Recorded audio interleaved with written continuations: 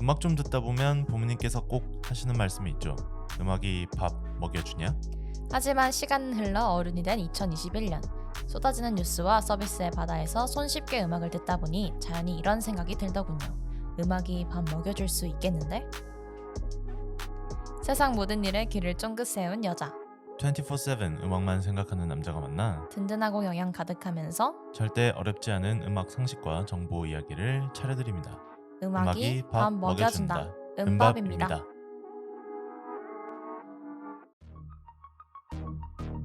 안녕하세요. 세상 모든 일에 귀를 쫑긋 세운 여자 스님입니다. 안녕하세요. 24/7 음악만 생각하는 남자 로제입니다.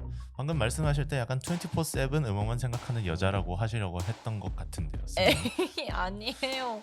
저는 남의 밥을 뺏어 먹지 않습니다. 아니 이게 헷갈리는 게 제가 계속 세상 모든 일에 귀를 쫑긋 세운 여자라고 계속 말을 해서 녹음할 때 계속 다시 하세요. 제 거 자꾸 뺏어 먹지 말라고요. 네, 저도 언젠가는 한번 노려보도록 하겠습니다. 자, 오늘 이슈는 어떤 걸 준비했는지 간단하게 소개해보고 시작해보도록 하겠습니다. 디지털 파일에도 소유권이 있다? 대체 불가능 토큰이 화제입니다. 지칠 줄 모르고 떡상 중인 비트코인 열풍과 함께 등장한 새로운 개념인데요. 그런데 이 NFT, 예술가들에게 한 줄기 빛이 되고 있습니다. 컴퓨터 이미지 파일이 10억 대에 팔리고 인기 밴드가 새 음반을 NFT로 발표해서 엄청난 성과를 올리고 20분 만에 65억 원을 벌기까지. NFT, 예술, 그리고 음악. 미래는 어떻게 변할까요?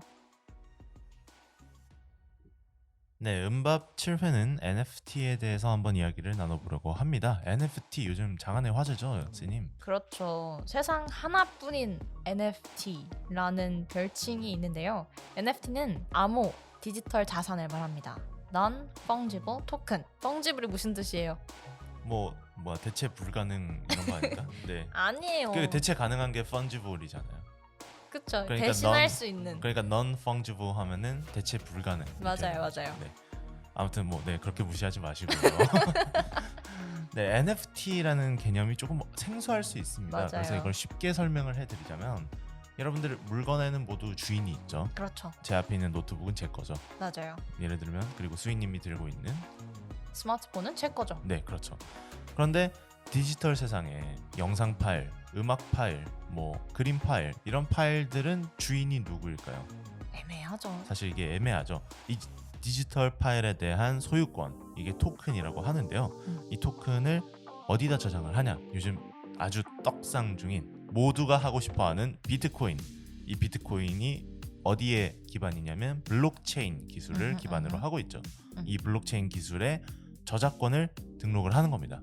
네. 이렇게 등록을 하면은 이 그림이나 영상, 노래 파일은 이제 변형이 불가능한 거죠. 맞아요. 그리고 이 소유권 자체가 보존이 되는 겁니다. 복제할 수 없는 이제 디지털 세계의 원작이 되는 거죠. 근데 이거를 디지털 파일 자체를 블록체인 안에 이제 저장하는 건 아니고 너무 용량이 크다 보니까 위치를 저장한다고 해요. 네네. 사실 비트코인과 대체 불가능 토큰 NFT를 연결해서 아까 설명을 드렸는데요. 네. 다른 점도 있습니다. 어떤 비트코인은 fungible 토큰이에요. 그러니까 대체 가능 토큰입니다. 왜냐면은 비트코인 같은 경우는 이제 내가 가진 비트코인을 다른 사람이 가지고 있는 비트코인이랑 교환이 되거든요. 그렇죠. 1비트코인을 갖고 있으면은 스님이 갖고 있는 1비트코인과도 교환이 되는 있죠. 겁니다. 하지만 NFT는 디지털 자산이 각기 연결된 게 다릅니다. 그래서 1대1로 교환이 안 돼요. 그래서 대체 불가능 토큰이라고 불리기도 합니다. 그러면 이 NFT 개념에 대해서 설명을 했는데 이거 대체 어디다 쓰는지를 좀 설명을 해줘야 될 거 아니에요. 네네. 요즘 일론 머스크의 아내분이 네. 이걸로 그림을 판 거가 더 엄청 핫 이슈였죠. 아, 네, 그렇죠. 제가 정말 사랑하는 아티스트인 그라임스라는 아티스트인데요. 그렇죠. 제가 이 그라임스라는 아티스트를 얼마나 좋아했는지 한국에 내한 공연을 온 적이 있었는데 아 진짜요? 그것 때문에 제가 군입대를 미룰까 말까 할 정도로 엄청난 팬이고요. 저 집에 LP 다 있고요, CD 다 있고요. 진짜? 제가 그때 당시에 그라임스를 한국에서 많이 안 들었는데 그때 제가 막 사이트에 만점 주고 5점 만점에 5점 막 이렇게 주고 정말 좋아했던 아티스트인데 일론 머스크와 함께 사실 결혼을 하지는 않았어요. 결혼식을 올리지 않았습니다. 그냥 사실혼 관계고 아이도 있습니다. 아이 이름이 아주 독특하죠. 뭔데요? 아이 이름이 이게 읽을 수가 없어요. 에? 그러니까 읽을 읽어봐요. 수가 없어요. 읽을 수가 없다니까. XAEA12 머스크가 애기 이름입니다. 네? 네, 모르시겠죠? 이게 뭐냐면은 머스크라는 성 빼면은 다 기호로 구성을 한 겁니다. 아. 이게 무슨 뜻이냐면 X는 미지수, A12는 자기들이 좋아하는 비행기 SR-17의 전신 비행기다. 우와. 아주 재밌죠. 근데 이 A12라고 지은 이름이 왜냐면 이 비행기가 무기도 없고 방어 기능도 없고 오로지 속도만 있고 아주 위대하지만 비폭력적인 뜻이 이름에 담겨 있다라고 하네요. 특이한 부부네요. 네, 그리고 앨런 머스크는 사실 아들이 벌써 5명이나 있죠. 네, 3번 이혼을 했기 때문에. 그렇죠. 네, 아무튼 그게 중요한 게 아니고 맞아요. 그라임스는 음악도 만들지만 그림도 잘 그리는 아티스트입니다. 캐나다 출신이고요. 그래서 이 그라임스가 25분 만에 자기가 그린 그림을 NFT로 만들어서 올렸는데 이게 20분 만에 65억 원이라는 수익을 낸 거죠. 580만 달러. 네, 그러니까 이게 장안의 화제가 그때 잠깐 됐었죠. 맞아요. 네. 근데 이거 말고도 NFT 경매에 이제 디지털 아티스트 비플의 작품이 올라왔는데 네. 이게 Every Day is the First 5,000 Days라고 매일 최초 500일이라는 작품인데 6,930만 달러에 낙찰이 됐습니다. 참 6,930만. 이게 얼마야? 778억 5천만 원 정도 된다고 하네요. 네, 그리고 또 하나 유명한 것은 트위터의 CEO 잭 돌시. 잭 돌시 맞아요. 씨가 자기가 처음에 트위터에 올린 게시물 2006년에 맞아요. Just 그것을- setting up my Twitter. 네, 트위터 계정을 만들고 있어. 그것을 NFT로 판매하겠다고 했는데 이게 250만 달러에 팔렸다고 그렇습니다. 합니다. 28억 원이에요. 네, 사실 그렇게 되면은 트윗을 볼 수 없는 건 아니에요. 누구나 볼 수 있어요. 하지만 이것을 삭제하고 어떻게 관리하느냐는 전적으로 NFT 소유주의 뜻이죠. 그러니까 28억 원 주고 산 사람이 야 이거 마음에 안 드는데 삭제해 이러면 삭제할 수 있는 우와. 거죠 이제. 오 마이 갓. 맞아요.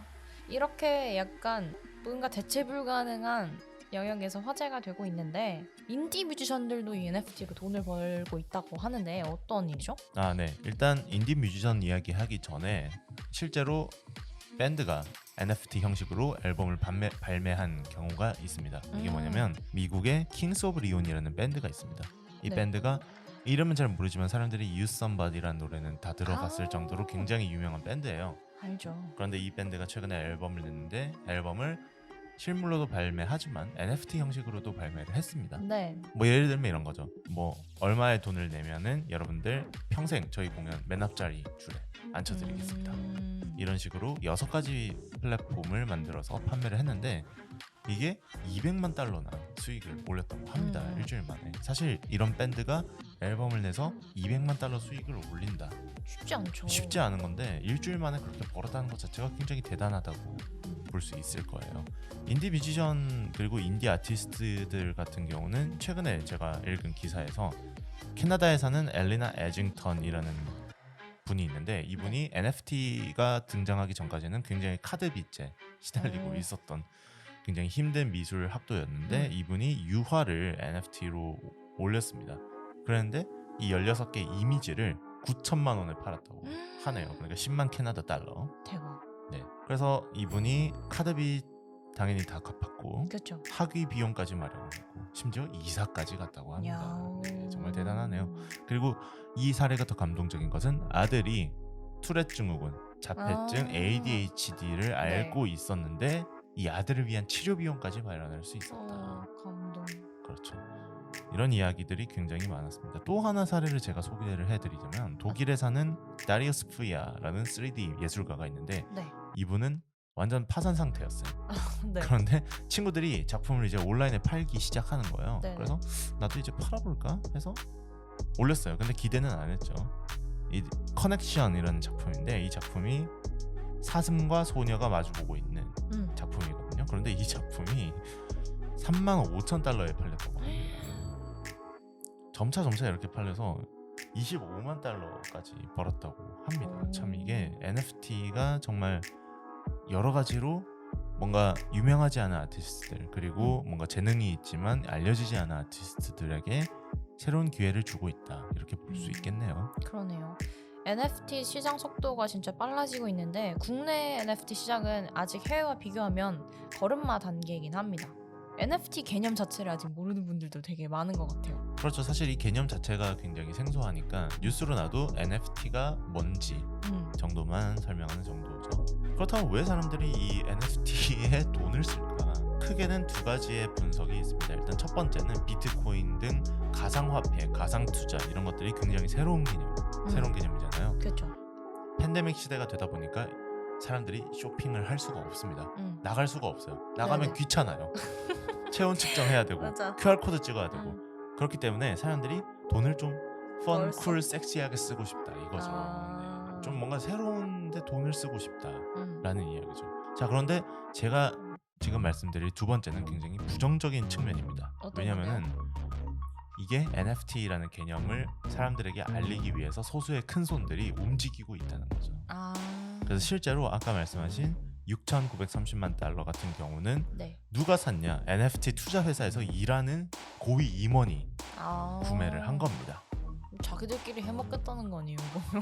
그러니까 가상화폐 큰 손들이 판을 키우고 있다라고 볼 수도 있는 거죠. 우려가 되긴 하네요. 비트코인도 확 올랐다가 거품이 한 번 확 꺼져가지고 많은 사람들이 손해를 봤었잖아요. 그렇죠. 사실 한국에서도 이 NFT로 돈을 번 사람이 없는 것은 아닙니다. 최근에 피카 프로젝트라는 미술품 공동 구매 서비스 제공 회사가 있는데 이 네. 회사에서 팝 아티스트인 마리킴의 그림이 팔렸습니다. 288 이더리움. 그러니까 이게 비트코인 중 하나죠. 이더리움인데 네네. 이게 얼마냐면 6억 원이라고 하네요. 10초짜리 영상인데 NFT가 적용된 한국 최초의 미술품이고 국내 플랫폼을 활용한 첫 번째 NFT 작품이라고도 합니다. 마리킴이 어떤 분이냐면 21 아시죠? 네. 21의 Hate You 그 앨범 커버 작업하신 분이십니다. 아. 그 눈 큰 캐릭터 알아요. 있죠. 네. 알아요. 그래서 최근에 NFT와 예술에 대해서 굉장히 많은 관심이 오고 있는데 저는 최근에 봤던 짤방이라고 이미지죠. 그거 중에 가장 재밌었던 게 이거였어요. 바나나에 테이프 붙여놨더니 1,000만 원에 팔렸다. 근데 이걸 NFT에 올렸더니 100억 원에 팔리고 있다. 아. 이런 식으로 거품이 있는 거 아니냐라는 맞아요. 이야기가 많네요. 어쩌면 이제 투기꾼들이 판을 치는 모습으로 변질될 수도 있겠지만 그래도 이 기술의 발전에 따라서 새로운 시장이 열렸다는 건 저는 긍정적인 것 같긴 해요. 네, 맞습니다. 사실 이게 분실될 위험도 없고 조작 가능성도 없고 그렇기 때문에 NFT라는 이 보증 기술 자체가 굉장히 새로운 것은 사실입니다. 하지만 이것들이 또 여러 가지 문제도 있습니다. 예를 들면 지적재산권 같은 문제도 있겠죠.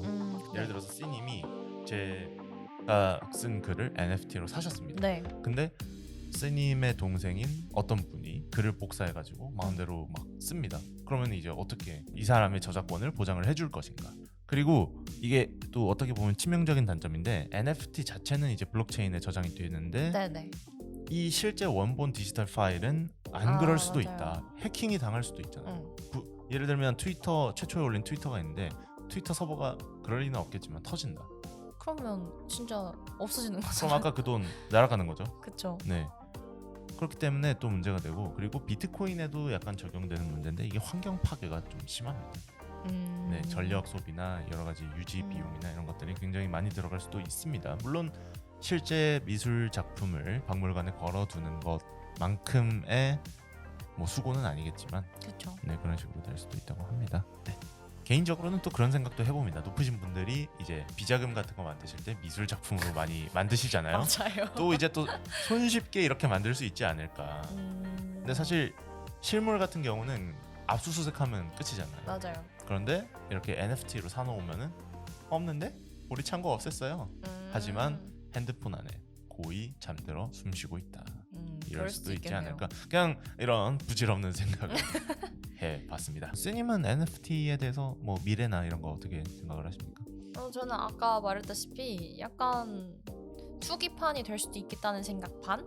그렇지만 아티스트들이 뭔가 이제는 오프라인으로 작품을 판매하기 되게 어려운 시장이잖아요. 그렇죠. 뭐 영화 같은 경우에도 상영관에서 개봉하는 것들이 극도로 줄어들기 때문에 새로운 수익성을 낼 수 있는 플랫폼이 생겼다는 거는 긍정적이라고 바라보고 있습니다. 네, 저도 위조와 변조 위험이 현저히 적고, 물론 아까 말씀드린 거는 원본 디지털 파일에 해당되는 얘기고요. NFT 자체는 굉장히 블록체인 기술을 이용하는 거기 때문에 안전하다고도 볼 수 있고, 정해진 수량대로 만들어지면 추가적으로 발행도 사실 어렵습니다. 그렇기 때문에 네, 안전하다고 얘기할 수 있겠는데요. 하지만 어떤 식으로 이게 전개가 될 것인가, 결국 우리한테는 와닿지 않는 이야기가 될 수도 있겠다. 네, 그렇습니다. 돈 많이 버시는 분들의 비싼 취미가 될 수도 있지 않을까라는 생각이 드네요. 물론 아까 말씀하신 것처럼 인디 아티스트들 그리고 약간 알려지지 않은 아티스트들이 세상에 더 많이 나온다는 점에서는 조금 긍정적이기도 합니다. 긍정적이고 가치가 있는 것 같습니다. 자, 그래서 오늘은 여기까지 이야기를 나눠보도록 하겠습니다. 정말 세상 변하는 거 따라잡기 쉽지 않네요. 진짜 따라잡기 쉽지 않다. 인정. 네, 사실 블록체인 기술 같은 경우는 메타버스라고 해서 또 익숙한 점도 있는데 이것도 저희가 나중에 찬찬히 한번 다뤄보도록 하겠습니다. 네, 그렇다면 오늘은 여기까지 진행하도록 하겠습니다. 다음 시간에 또 만나요. 안녕. 안녕.